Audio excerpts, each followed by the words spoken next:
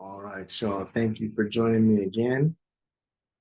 If you just did that breathwork practice, you will notice that today we didn't do a mantra. I want to show you different variations. Keep your mind from becoming rigid. Keep things fresh, new. Keep your mind from having expectation.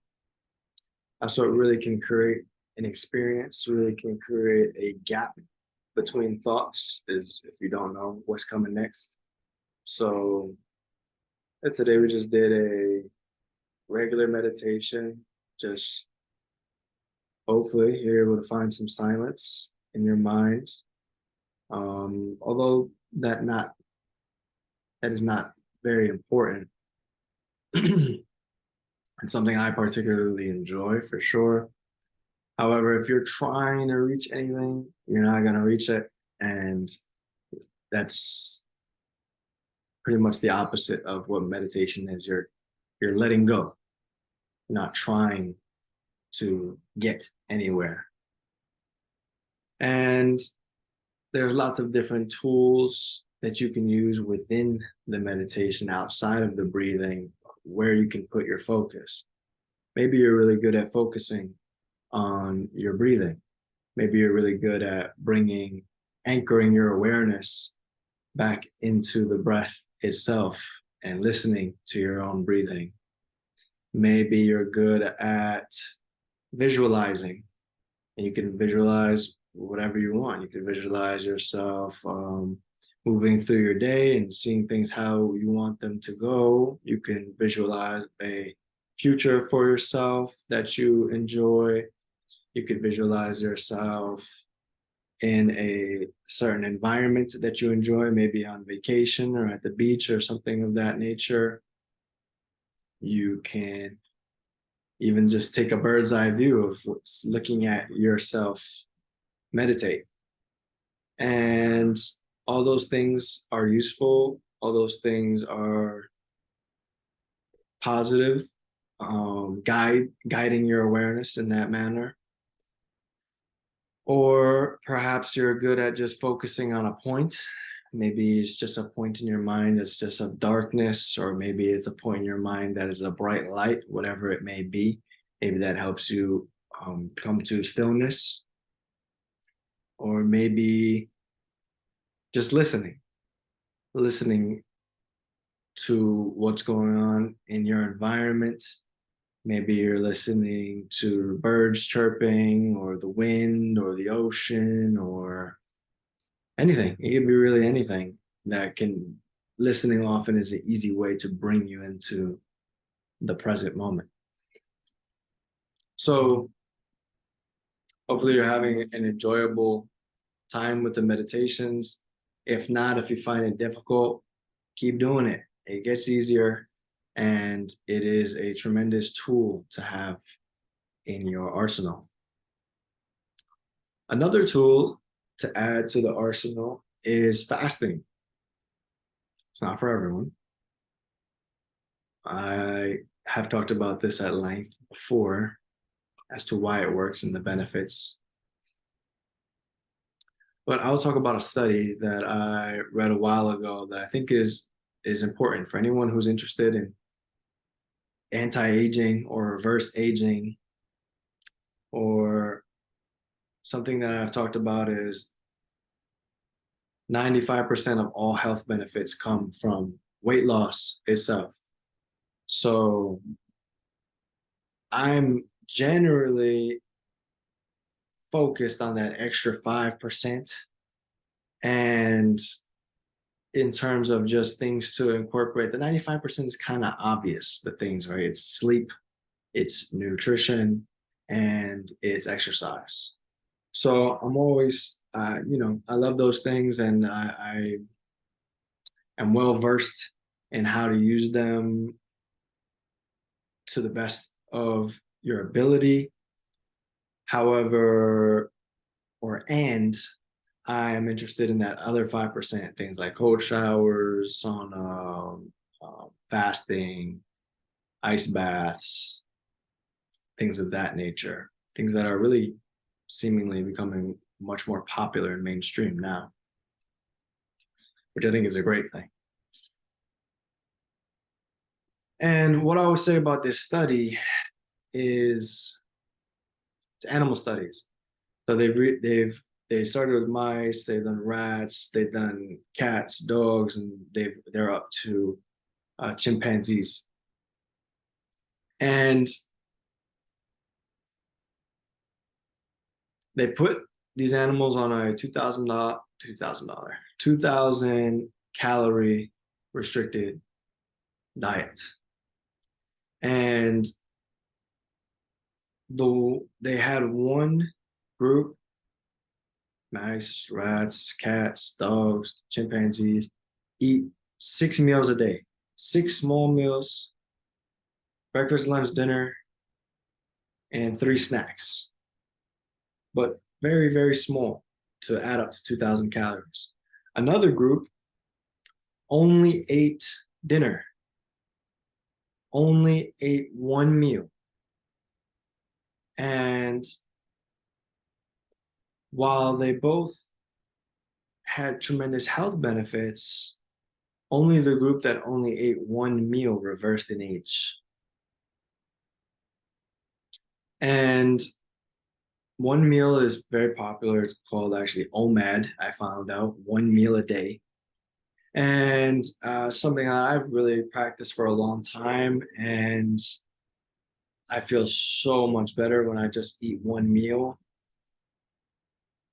Fasting is a tremendous thing for me. I feel so much more energy. I feel so much more clear. My mind, my body, my workouts are better for the very most part. And there's a lot of reasons why. Now, fasting is not for everyone, and especially in terms of energy. Most people are extremely dependent on their food for their energy.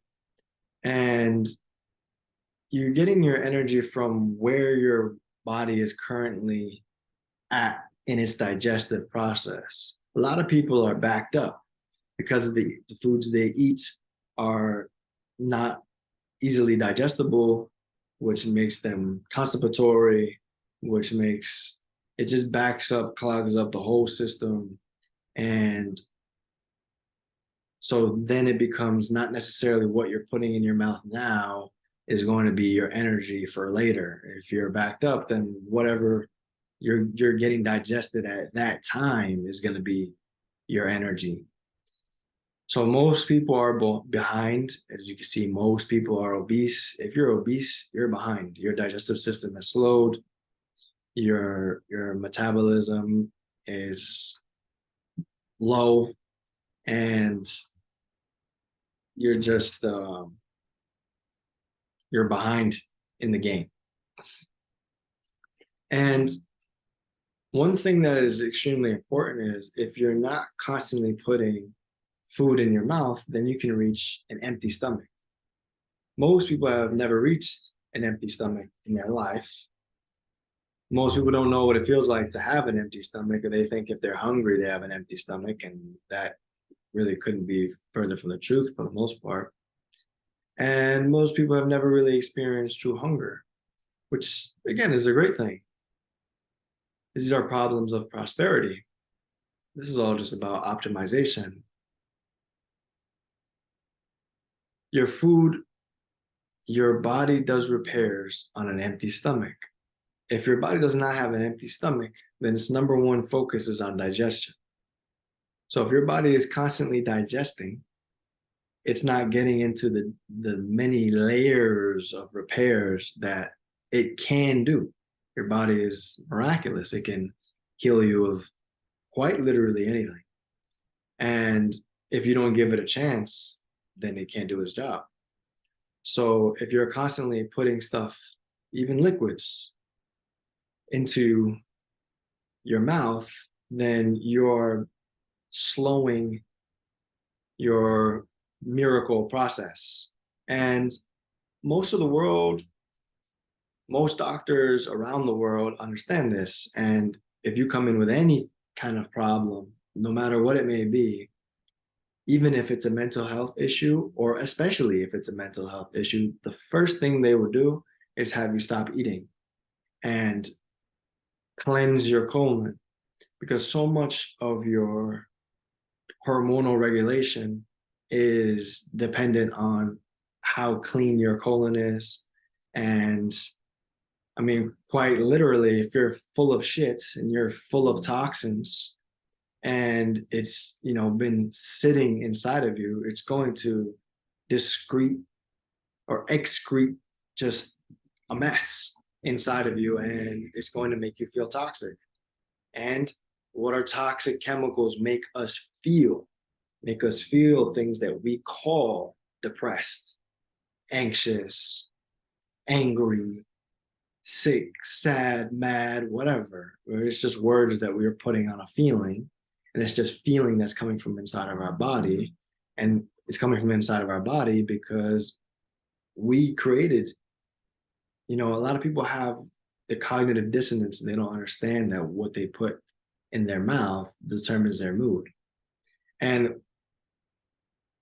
very much so, quite literally, in terms of we are more bacteria than we are anything else. Most of our bacteria is in our gut, in our gut flora, in our microbiome, right? These things are alive. And how well they operate is heavily dependent on what you feed them. And it only takes 3 days for your microbiome to change. So 3 days of eating healthier or abstaining from eating or eating less, and particularly eating healthier, can cleanse your microbiome and have you start producing tonic chemicals rather than toxic chemicals. So it is a very important differentiation, because you can see it's not rocket science. It's not that hard. You know that things that create toxic chemicals, things such as sugar, fried foods, in many instances for many people is dairy, things of that nature, or very simply, you sit down to eat something, you look at this and say, is this good for me or not? Is this going to make me feel good? And I'm not talking about your mouth pleasure. I'm talking about how is your stomach going to feel after. If you're experiencing things such as acid reflux, if you're experiencing a lot of mucus, if your nose is running while you eat, if you're waking up in the morning and you're hacking up a bunch of mucus, these are signs, like biology markers, that are telling you that something's not going so great. Things are not running smoothly. Your body is a system, and you are directly responsible for what you're putting in. Now, most people don't know, but once you know, it's your responsibility. It's your ability to respond to this problem, this issue. And these are often underlying health issues that end up being something in the future. So that's why it's so important to take preventative measures. And that's why it's so important to just do whatever you can do today and abstain from whatever you can abstain from for today, because you will reap those rewards down the line. We're the only animal who has the ability to delay gratification, but we are living in an instant gratification society. And therefore, when you are going to try and do something for yourself that is outside of the norm, away from the status quo, it's not going to be that easy. It's not. You have already trained yourself. You have already conditioned yourself. You have been conditioned by your surroundings and your environment. And